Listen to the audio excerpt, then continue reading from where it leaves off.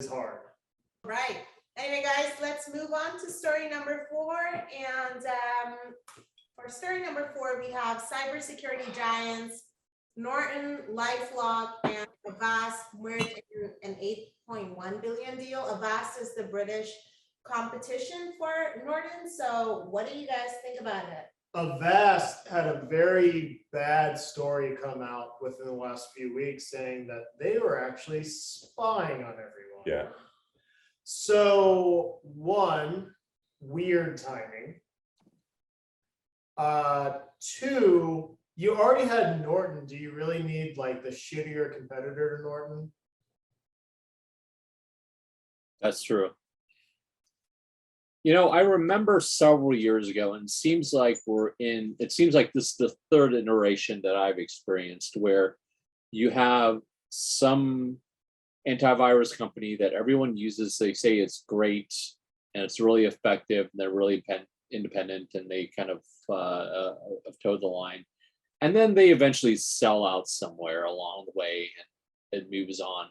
Well, I remember we did use Avast at a previous company before. Avast was like the hot thing for a while, and then ran into trouble, and now it's pretty much over. I mean, Avast got caught for spying. Kaspersky, surprise. It's Kaspersky. Surprise, got caught for being in bed with the Russian government. What? No way. Shock, awe, dismay. Yeah. I mean, antivirus, anything that installs an agent on your computer is going to potentially go rogue. Yeah, trust me, I'm gonna search for all the other agents. Right. That's why I'm here.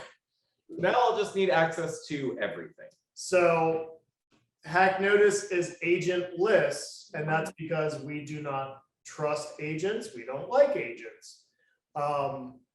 Any agent can collect literally everything you do. Given their permissions, they can collect keystrokes, time, using the computer, heat maps of what you did, every website you went to or thought about going to. Like, agents are all powerful, and Avast is highly attractive because it's free, but you have to understand that they have a lot of power there.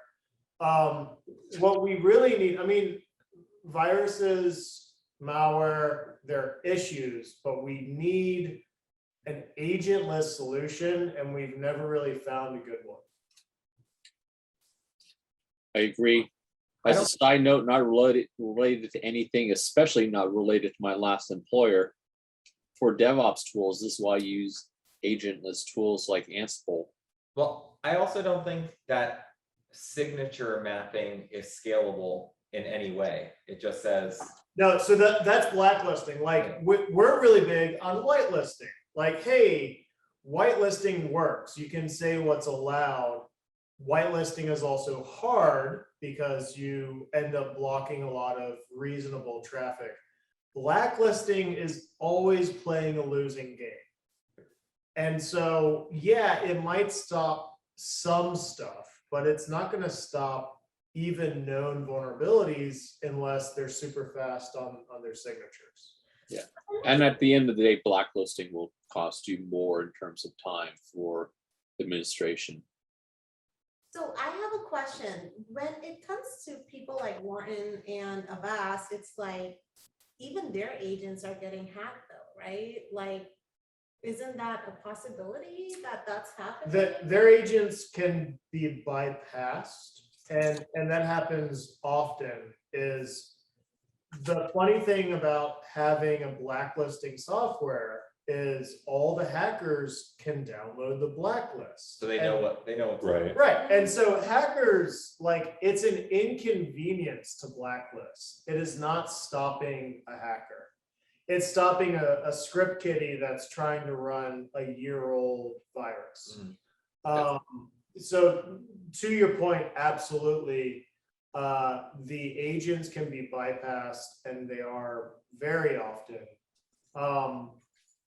What we need, I mean, whitelisting doesn't work on the whole because everyone's too different in their use of the internet. Honestly, it comes down to the people, right?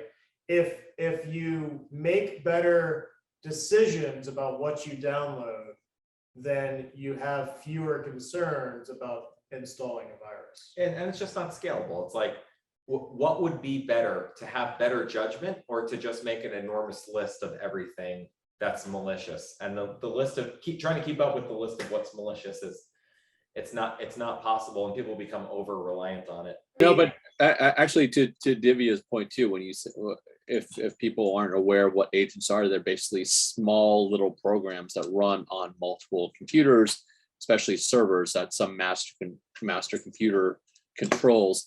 And to tie it into what we've talked about the past few months with SolarWinds, if that whole deployment process has already been compromised, you don't have to install the main program here. You can have attacked one of these agents, and it's Yeah.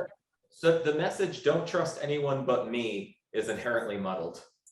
Well, and to be fair to agents, because they have their place, agents are synonymous with endpoint protection, which is generally good.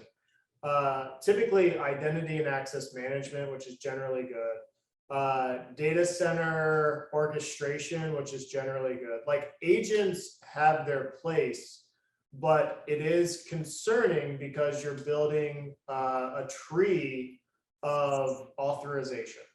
And so agents can do lots of good things, but agents have power typically above what they need in order to do their job. Yeah, and I will say, given that we're in the industry, think of where Norton would fall on your list of security companies. Now, from a consumer perspective, imagine where Norton would fall like on my mom's list of security